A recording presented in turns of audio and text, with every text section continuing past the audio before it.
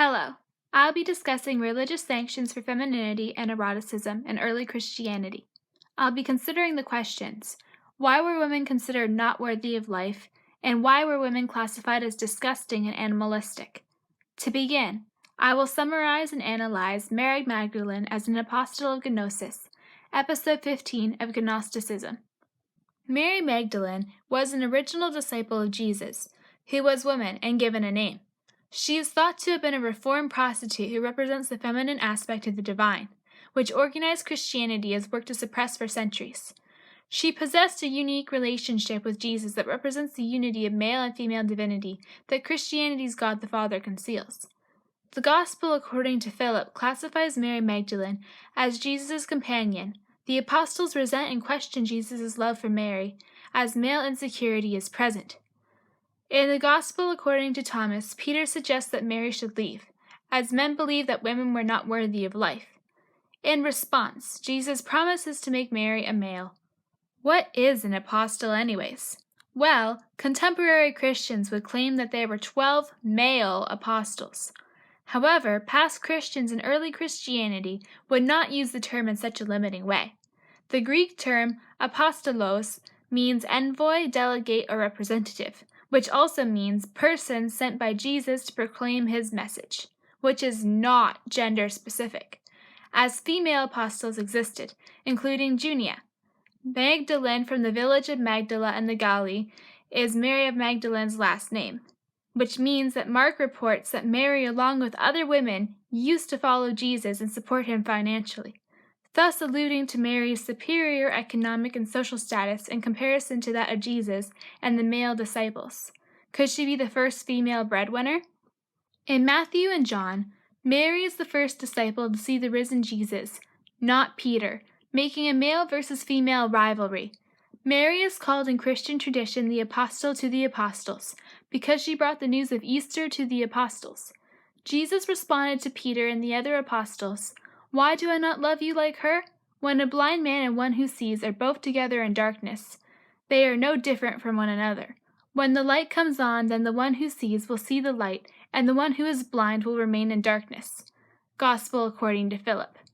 The Da Vinci Code presented Mary as the divine female principle, which balances the male divine principle in Jesus. However, Valentinian theology contradicts the attractive depiction of Mary, as higher angelic selves means male wisdom and strength, and lower human selves means female stupidity, weak and sinful. In baptism, the female self is made male, as baptism elevates ideal qualities that belong to males. Mary Magdalene and the story of the woman with an alabaster box. Mary broke the jar containing expensive perfume at Jesus' feet. She wept and wiped them with her hair, which was a frowned-upon act, as she was ill of repute, being a prostitute, and letting her hair loose in public was against the female norm.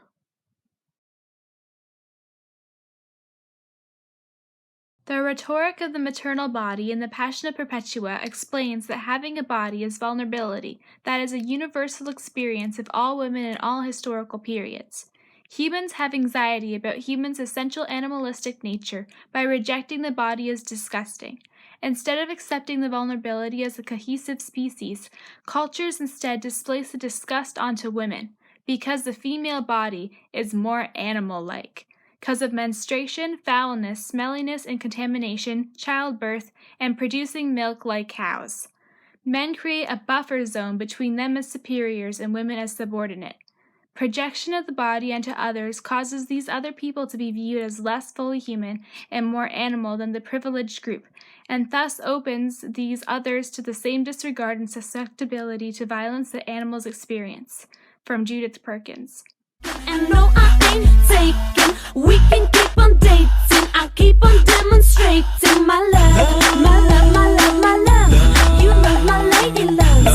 My heart, my heart, my heart. My heart say got you.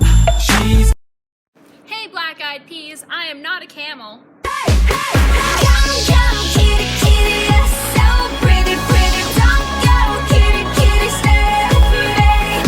Come, come, kitty, kitty, you're so silly, silly. Don't go, kitty, kitty, play.